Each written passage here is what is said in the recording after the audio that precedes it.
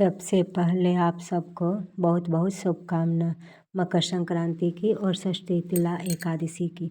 तो दशमी से ये व्रत शुरू हो जाता है और मकर संक्रांति भी है। तो दशमी को ही मैंने शाम को अच्छे से घर को साफ़ सफाई, ठाकुर जी का पूरा साफ़ सफाई सब मैंने कर ली, क्योंकि सुबह इतना टाइम नहीं मिलेगा और एकादशी है तो एकादशी के दिन इतना साफ़ सफाई भी नहीं किया जाता है। तो इसीलिए मैंने शाम को ही अच्छे से सफाई कर ली, क्योंकि ये दो आदमी एकादशी के दिन कम सफाई करना पड़े, ज़्यादा से ज़्यादा हमारा मन प्रभु में लगे रहे और हमें अच्छा लगे।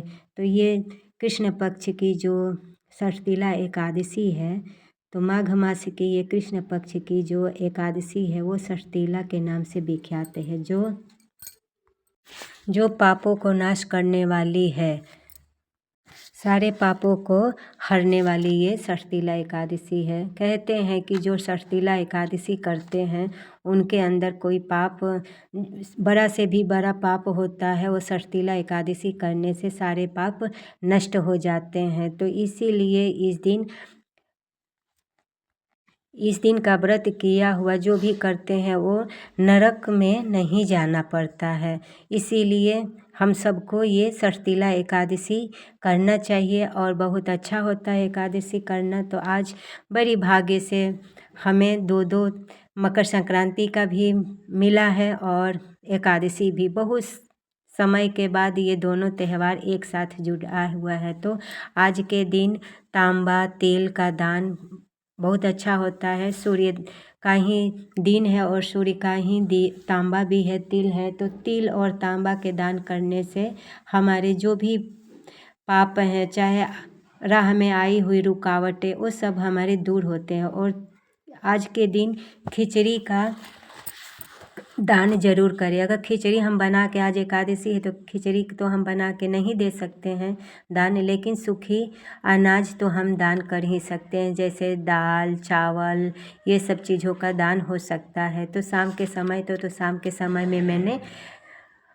सुबह साफ़ सफाई कर ली और थोड़ा सा झाड़ बासा, घर में पूजा तो होता नहीं है तो इसीलिए मैंने हल्का फुल्का सफाई कर दी। और तुलसी जी के पास भी मैंने, आज एकादशी था और मकर संक्रांति भी था, तो हमने थोड़ा सा बस जैसे आया वैसे मैंने थोड़ा सा गेरू से सफाई कर ली, पोताई कर ली। करने के बाद पीला हल्दी से मैंने वहाँ स्वास्तिक बना दिया और स्वास्तिक बनाने के बाद वहाँ मैंने तुलसी जी के पूजा वगैरह भी कर ली थी। ये शाम के समय का वीडियो है, क्योंकि मैंने दिन में गाजर का हलवा बना दिया था और दूध शाम के समय का ये आप सब दर्शन कर रहे हैं। तो मैंने अपने लल्ला को बना करके गर्मा गर्म गाजर का हलवा और दूध के साथ भोग लगा दिया। और आज मकर संक्रांति था तो उनके लिए मैंने पतंग भी बनाई और छोटा सा पतंग है और उनके लिए टॉफ़ी सारा रखी, क्योंकि उनको टॉफ़ी ना सबसे अच्छा लगेगा।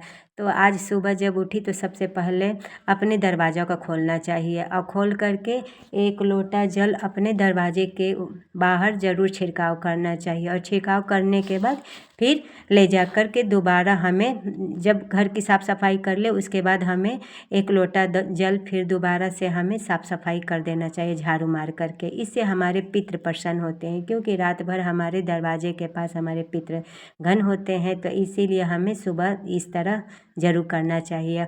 और सुबह उठने से पहले उठे तो सबसे पहले हमें अपने दरवाज़ा को खोल देना चाहिए, क्योंकि ब्रह्म मुहूर्त में जब दरवाज़ा हम खोलते हैं तो सुबह सुबह 3 तरह की हवाएं चलती हैं। तो तीनों तरह की हवाएं हमारे घर में वातावरण को शुद्ध करता है। और ये मकर संक्रांति के लिए मैंने अपने लल्ला के लिए दही को कितना अच्छा से, दूध को अच्छे से उबाल लिया और उबालने के बाद बिल्कुल लल्ला के लिए मैंने दही लगा दी।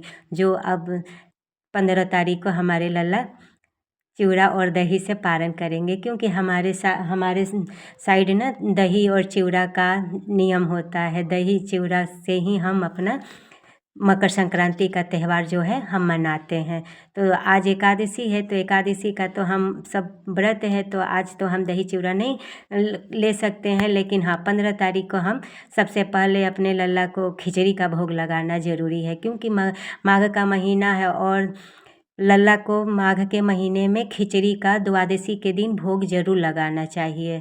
और उसी से व्रत अपने लल्ला को सबसे पहला भोग वही लगाना चाहिए और उसी से हम व्रत भी खोलेंगे। तो सबसे पहले हम, और सर्दी के समय में ना इस तरह से मैं दही लगाती हूँ ताकि गर्माहट से दही लग जाए, नहीं तो बहुत दही ऐसा होता है कि लगता ही नहीं है।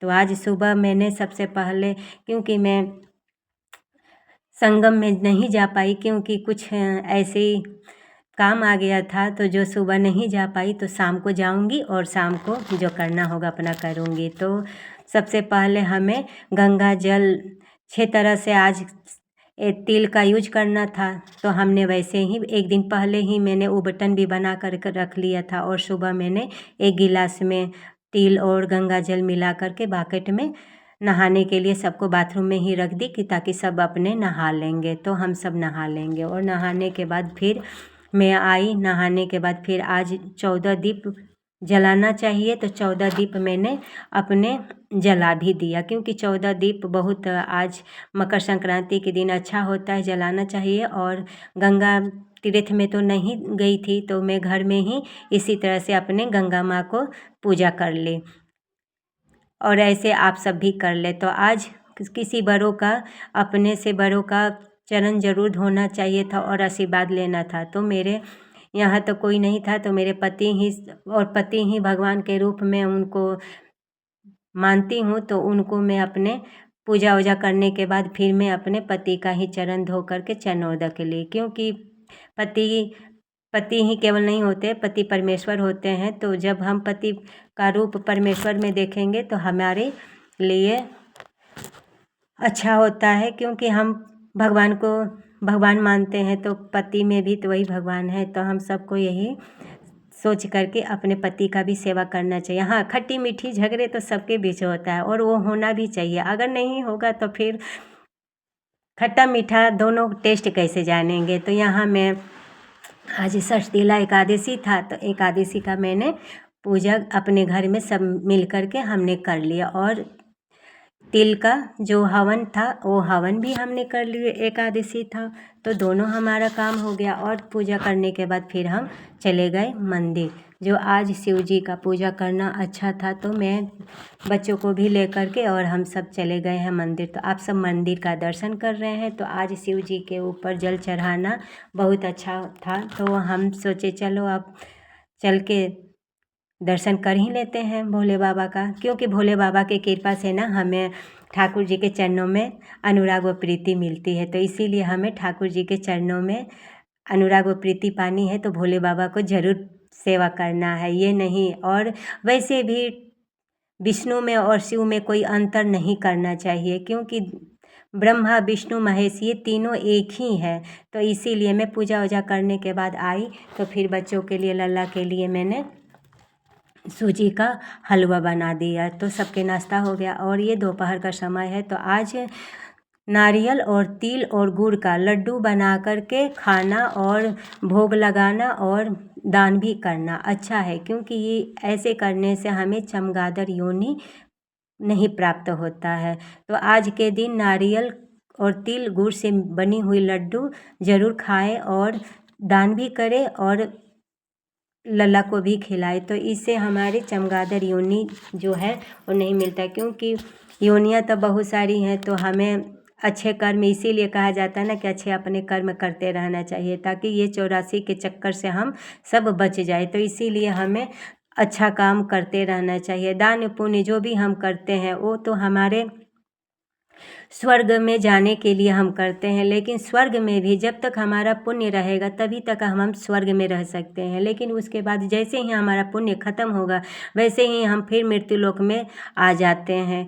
तो इसीलिए हमें हर वक्त, हर पल, हर क्षण अपने प्रभु को याद करना चाहिए, क्योंकि जो भी जितना भी हम पुण्य करते हैं ना वो एक तरफ, और हम जब कृष्ण और राधा का जब नाम लेते हैं तो ये हजारों दान पुण्य के भारी पड़ जाता है। केवल एक राधा और कृष्ण के नाम से सारे हमारे पाप खत्म हो जाते हैं और हमारा मन अंदर ही अंदर फिर बिल्कुल निर्मल होने लगता है। और निर्मल दिल ही निर्मल मन में ही तो प्रभु समा आते हैं। उनको निर्मल ही मन तो चाहिए।